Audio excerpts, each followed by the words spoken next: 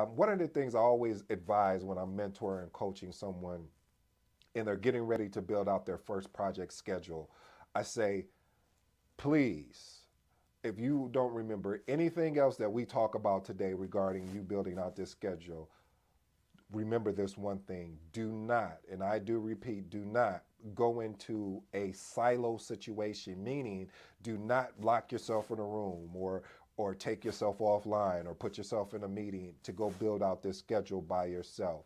Because what you'll see what will happen is if you do that, you go ahead and build out this nice uh, beautiful project schedule. What end up happening is what if the timelines or the task or they're not sequenced properly, or they're not the time, or maybe they may have already done that pre-work before you even got there, so you would be wasting your time. So I would advise to this I wouldn't even think, I wasn't even going to speak about this, but since we're already here, I might as well just drop this knowledge. So I would definitely recommend that if you're building out a schedule, build it out by department first. So set a meeting up and build it out with each department.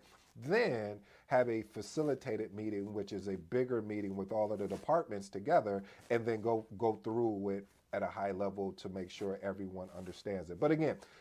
But having an AI powered type project management tool, as far as like being able to leverage it for collaborative planning, it really enables the team to work seamlessly across the geographical boundaries and different time zones. Especially nowadays, projects are so global in the various different organizations that I've worked in. It's like there's so many different time zones. So being able to have a collaborative planning tool will be amazing.